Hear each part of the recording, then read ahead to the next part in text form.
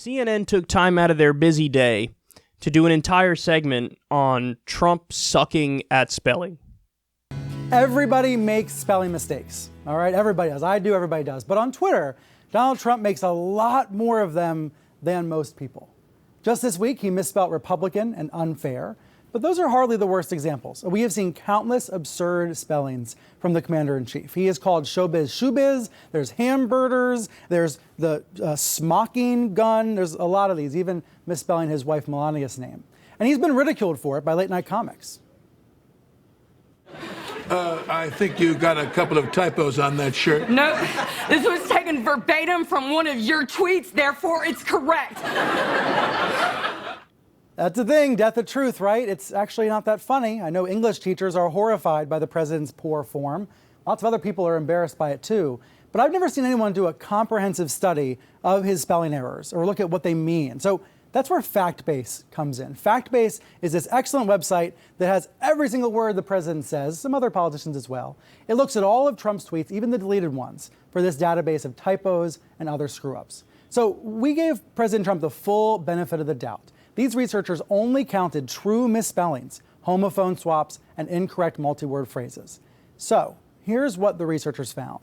On average, Trump makes a spelling error at least 1 out of every 5 days. And since taking office, he's made at least 188 of them total, more than 188 spelling errors on Twitter. Now, what do we compare this to? Let's take a look at Trump's family members to compare to, let's take a look at the 2020 Democratic candidates as well, and just see how Trump compares. Well, this says it all. Someone like Andrew Yang, 14 mistakes. Bernie Sanders, 3 misspellings. Obama, 0. This is during the time since Trump took office. Donald Trump Jr. tweets a lot, so he's had 90 mistakes. But generally, all these politicians, they get it right. They're careful. They pay close attention to what they're tweeting. President Trump is really the odd man out on this, with constant misspellings on his feed. But it hasn't always been this way. Look, in 2015, only 18 misspellings, only 18 errors. But there's been a huge spike since he took office. Of course, if he can't get the small stuff right, people worry about the big stuff. And he gets a lot of the small things wrong. Look, the word he misspells most often is counsel, as in White House counsel or special counsel. FactBase found some other frequent misspellings too, like Barack Obama, misspelling Barack, maybe thinking of Tom Barack instead. There's others as well. Capitol Hill, he gets wrong a lot. There's a lot of these absurd errors that happen all the time. Trump often mistakes the difference between it is and it's. This is missing a difference in these words. So these are just some of the most frequent misspellings that we found. This is, of course, who can forget Kofifi and all of those. Here's Trump's numbers up against Obama's, just to give it into perspective here, because, again, everybody makes mistakes. Trump started tweeting in 2009, Obama started tweeting in 2012. If you compare their errors since joining Twitter, Trump has made 358 of those spelling mistakes, those errors. Barack Obama, 4. We could all use a proofreader, right? I think President Trump could use 2 or 3 proofreaders. How on earth is he going to recover from this one? Damn, you guys wrecked him, bro. Congrats. By the way, that segment, that's not the end of the segment. He goes on to do an interview with like an expert on this, which is another 5 minutes or so. Okay, look, I'm going to make a weird case here, but bear with me because I think it's true what I'm about to say. CNN always does this. They pick these angles to go after Trump that are just really gimmicky, and it's like shortcut politics. They're trying to play shortcut politics. They don't like Trump, they want you to hate Trump, and so they try to find ways to make you hate Trump, and they use points like this to build that case.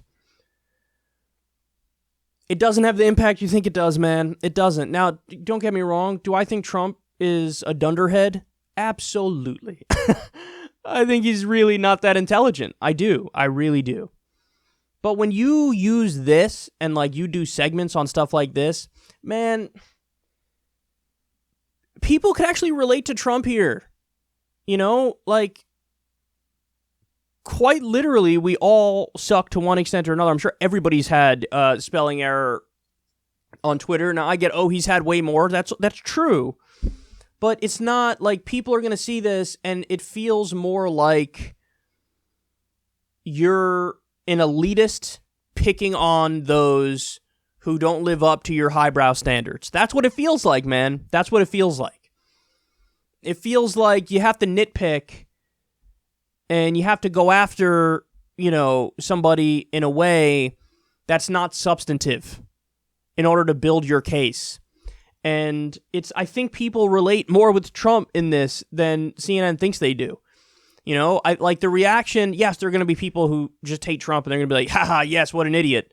But that's the whole point of the segment, is to just make people be like, haha, what an idiot. But we already know he's an idiot. We knew he was an idiot when he got elected. A lot of people who voted for him knew he was an idiot, but they still voted for him. What does that tell you? It tells you that the establishment is so broken and the system is so broken that all the intelligent politicians, the thought from a lot of people was, well, yeah, they might be smart, but they're also conniving and backstabbing and they're not going to fight for the American people. So people would rather have somebody who does spelling errors who's going to fight for the American people than somebody who never has a spelling error and they're really smart, but they're not actually trying to improve the lives of the American people. Now, here would be a fair time for people to go, but hold on, Trump's not fighting for the American people. Right, but that's my point, is make that case. And they're not, because they're too busy nitpicking and making stupid cases like this.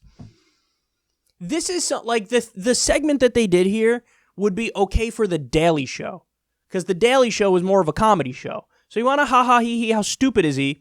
Yes, you could do that, but do it in the context that's appropriate. You're supposed to be a news show, Brian Stelter. And so here, let me give a few examples of why this is so annoying. There are as I was watching this, there were 3 substantive issues that popped in my mind that I can't remember ever seeing a CNN segment on. Now, maybe I'm wrong and I missed them, but even if these segments exist, they're not common. And these are the segments that should be common. We are currently seizing food shipments going into Venezuela, a country that's already starving, in part because of our sanctions, in part because of Maduro, but we are seizing food shipments going into that country. We say we care about the Venezuelan civilians, then we're stopping them from getting food. Okay? There's a concerted effort to squeeze out the government there.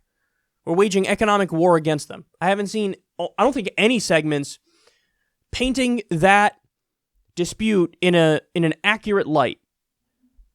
Iran. I've now seen 3 or 4 articles recently that are chastising Iran for now violating the terms of the deal. But hold on, we pulled out of the deal. And now we're chastising them for not following the deal. Okay, if you wanted them to follow it, why didn't you just stay in it? Because that's the way it works. We pulled out of it, so we have no right to bash them for violating the terms of the agreement. They were following it when they were in the agreement with us. But the media goes right along with the neoconservative framing on this. I haven't seen serious substantive discussion on that issue, and that could lead to the next giant war, a war with Iran. And instead, they're doing segments like this. And the other issue is the predatory payday loan industry. You want to talk about collusion? Trump colluded with the predatory payday loan industry. They gave him millions of dollars at his inauguration and his campaign, and he is scrapping Obama-era rules that would have cracked down on the predatory payday loan industry. He's scrapping those rules, and he's helping them out, and they're continuing to rip people off. And he's in favor of that. Oh, the forgotten man and woman will never be forgotten again. Nonsense. You're fighting for the predatory payday loan industry against regular people. I don't see anything about this on CNN ever.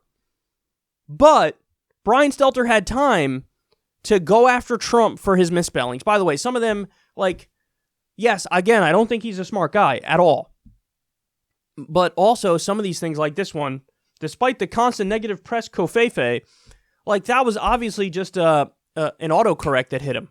How many times have you been gotten by autocorrect? I know I get got by autocorrect all the time. All the time, because you just hit send quickly and then you realize afterwards, oh, fuck, it autocorrected me to something ridiculous. How many times has fucking been changed to ducking? I've had that happen so many times. So the covfefe thing was obviously just a fucking freak autocorrect that he got hit with. It's supposed to be, despite the negative press coverage, that's what it's supposed to say, obviously. Duh. But people, he said covfefe. He said covfefe. It's, okay, who fucking gives a shit? Move on. What's wrong with you people? It's the low-hanging fruit that drives me crazy about the Trump era.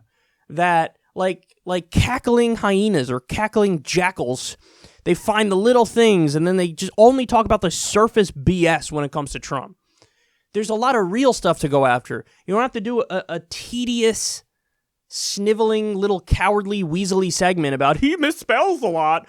Oh, you got him, bro. Congratulations. So I know. And some people watch this segment and say, oh, Kyle's like awkwardly defending Trump. No, I just gave you 1,000 things to really go after him for. Not 1,003, but still, like, if you can't see why this comes across as annoying, I can't help you. I just can't help you. Because I got news for you, and I looked up the number last night, but I'm already forgetting it. But I think the number was 14%. Only 14% have a great deal of confidence in the media in this country. 14%. You know what that means? The media is even more disliked than Donald Trump. Gee, I wonder why. Because you watch stuff like this and you go, really? You decided to fill an entire block with this garbage? We already knew he was an idiot. We knew he was an idiot the day he was elected. Trying to get him on stuff like this, you're not going to make anybody who's a Trump supporter go, oh, you got him, now I'm changing my mind. No, the way you get people to change their mind is to show you what he's really doing in the country policy-wise and how it's actually hurting people like them. That's how you change their mind. And that's certainly not what CNN is doing, because I don't think they're capable of doing it, because the people they hired are not those kinds of people. They're more likely to do the got ya segments like this, and it's just so annoying, and I want to bleach my brain after watching silliness like this.